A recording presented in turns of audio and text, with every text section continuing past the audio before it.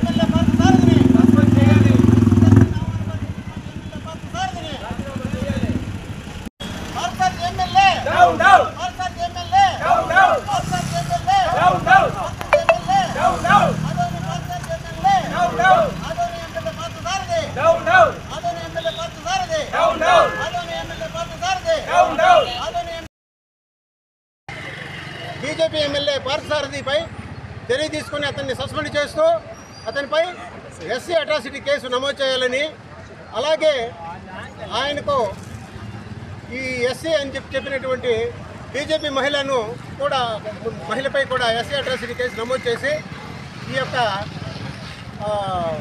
కులవివక్షత పాటించేటువంటి BJP ప్రభుత్వాన్ని మనము వ్యతిరేకిస్తున్నారు. ఈ యొక్క ఎస్సీ సమాజానికి, ఈ యొక్క మన సమాజంలో ఎస్సీలకు జరిగేటువంటి ఈ యొక్క పరిణామాలను మనము ఖచ్చితంగా ఖండిస్తున్నాము.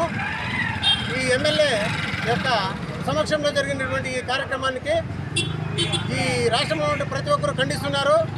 ఈ కూటమి ప్రభుత్వం కూడా స్పందించకపోతే రాబోయే రోజుల్లో కూటమి ప్రభుత్వాన్ని కూడా మేము తగిన బుద్ధి చెప్పాల్సిందిగా మేము ప్రజలు కోరుతున్నాము. ఈ అట్రాసిటీ కేసు నమోదు చేసి ఎమ్మెల్యేని సస్పెండ్ చేయాలని చెప్పి ఈ సందర్భంగా గుర్తు చేస్తూ, బీజేపీ ఇలాంటి చర్యలకు పాల్పడితే మంచి పద్ధతి కాదని చెప్పి ఈ సభ మూలంగా తెలియజేస్తున్నాను.